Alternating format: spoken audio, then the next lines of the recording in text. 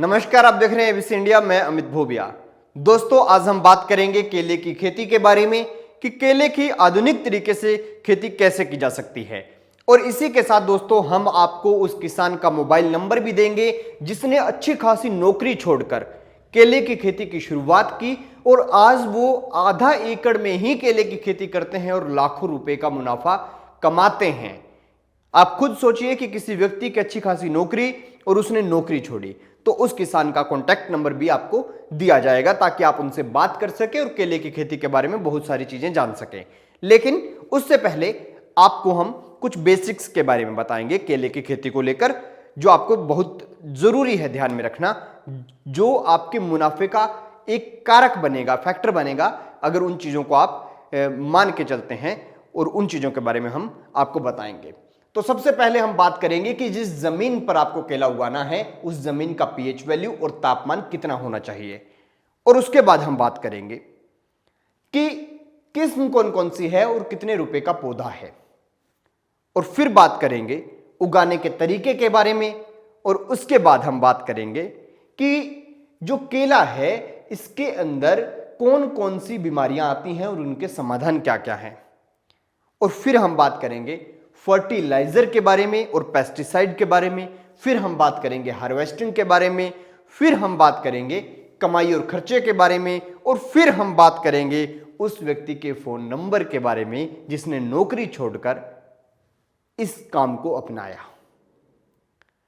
खैर दोस्तों, शुरुआत करते हैं इस नई वीडियो की और अच्छी वीडियो की। और इसकी शुरुआत से पहले आप एक काम कर दीजिए, इस चैनल को सब्सक्राइब कर लीजिए, लाल बटन को दबा लीजिए, क्योंकि आपको यहां पर नए नए बिजनेस को लेकर बहुत सारी चीजें, आधुनिक खेती को लेकर बहुत सारी चीजें देखने को मिलती रहेंगी। तो लाल बटन को दबा लीजिए, चैनल को सब्सक्राइब कर लीजिए, और शुरुआत करते हैं अब स्टेप बाय स्टेप केले की खेती के बारे में। तो दोस्तों, जिस जमीन में आपको केले की खेती करनी है उस जमीन का पीएच वैल्यू और तापमान क्या होना चाहिए। तो दोस्तों, पीएच वैल्यू जो उस जमीन की है वो 6.5 से 8 के बीच में रहनी चाहिए, ना इससे ज्यादा होनी चाहिए ना इससे कम होनी चाहिए। और उसी के साथ उस एरिया का तापमान जो है वो 20 डिग्री से लेकर 40 और 42 डिग्री तक है तो चलेगा, लेकिन हां, ज्यादा कम नहीं होना चाहिए। 20 से भी कम अगर होता है तो थोड़ी दिक्कत आ जाती है। अब बात करते हैं पौधे की किस्म और कीमत को लेकर।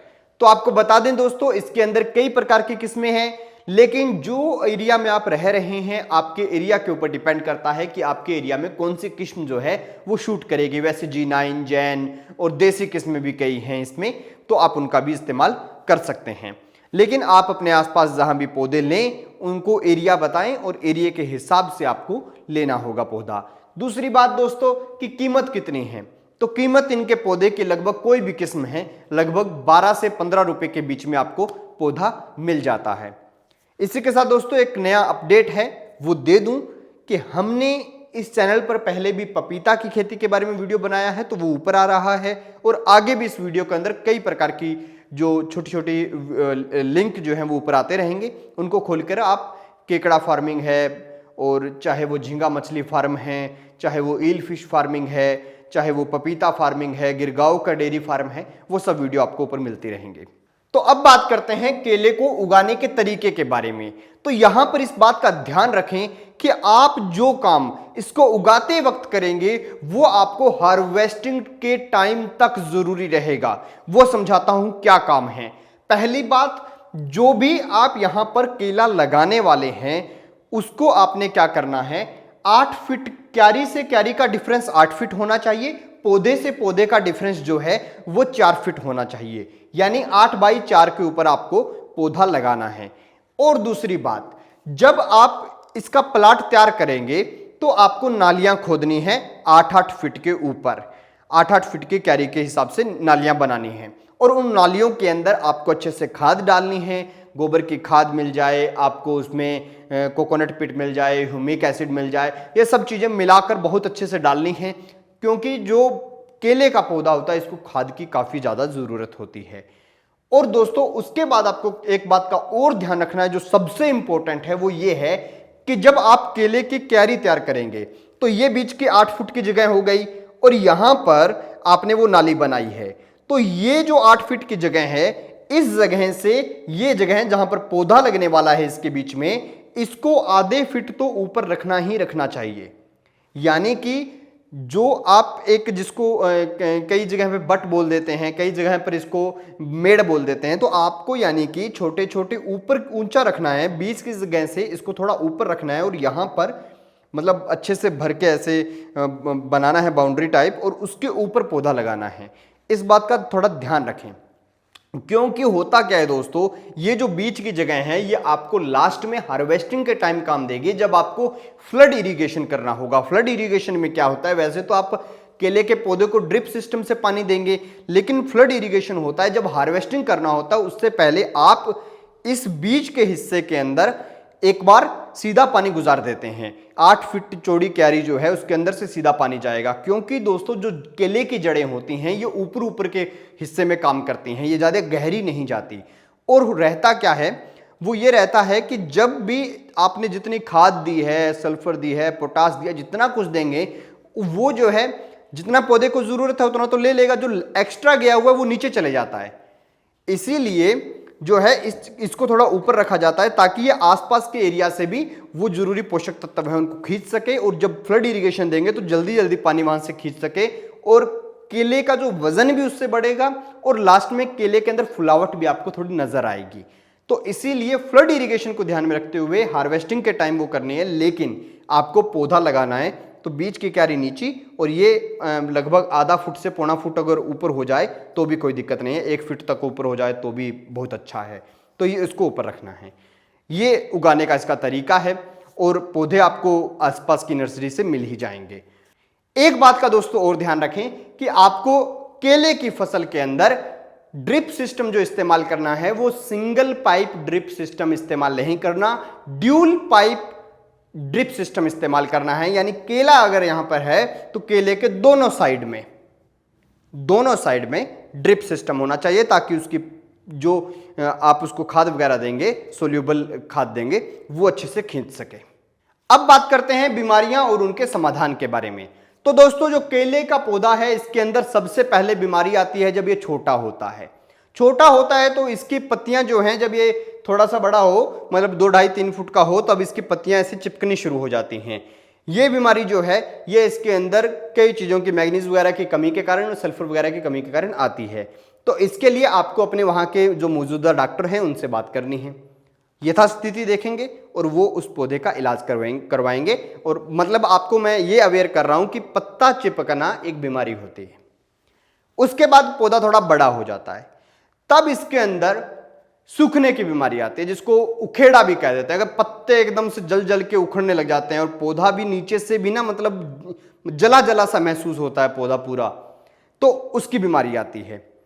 तो उसके लिए भी आपको अपने आसपास का जो डॉक्टर है उससे बात करनी है, क्योंकि इसके अंदर सरगोटा वायरस वगैरह कई प्रकार के वायरस आते हैं, तो उनकी भी ये दिक्कत हो सकती है। और उसके बाद में अगली बीमारी जो रहती है वो ये रहती है कि जो इसके फ्रूट जब लग जाते हैं तो फ्रूट लगने के बाद फ्रूट के ऊपर काला धब्बा आना शुरू हो जाता है। अगर काला धब्बा आया तो आपके केले की कीमत गिर गई। और एक बीमारी क्या रहती है, एक बीमारी ये रहती है कि इंसेक्ट्स इसके ऊपर बहुत बैठते हैं। मच्छर बैठेगा, डंक मारेगा, कुछ काला काला उस पर छोड़ देगा। जब आप हार्वेस्ट करेंगे, जब इसकी व्यापारी के सामने कीमत लगाएंगे, तब दिक्कत होगी। तो उसके लिए आपको मच्छर को मारने वाली स्प्रे करनी होगी।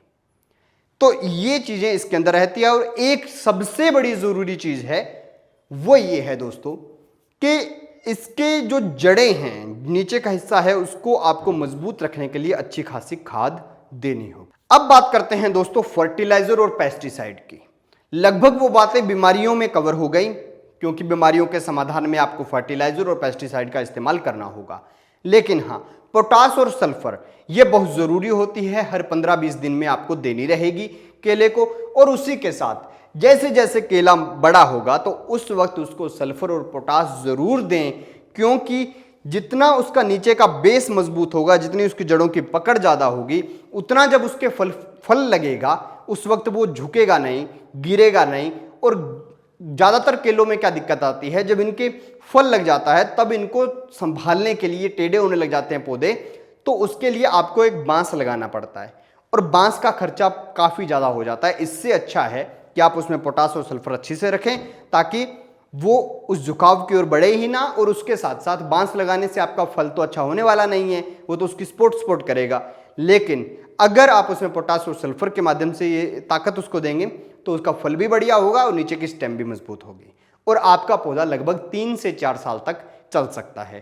पेस्टिसाइड आपको मच्छरों को मारने के लिए डालना है और उसी के साथ साथ जो उखेड़े वगैरह की दिक्कतें आती हैं उनको रोकने के लिए आपको डालना, यानी पत्तियां जलने की दिक्कत जो आती है उसके लिए आपको थोड़ा केयर करना है।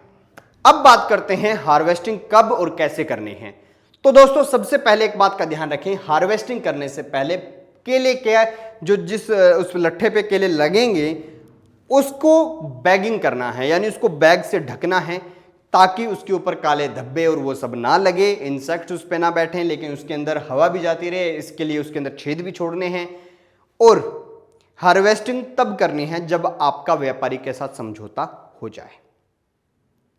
और दूसरा, केला जो है इसका जब हार्वेस्टिंग का टाइम है ये काफी लंबा रहता है। ऐसा नहीं है कि आज लगा 2 दिन बाद पीला हो गया तीसरे दिन बर्बाद हो जाएगा, नहीं।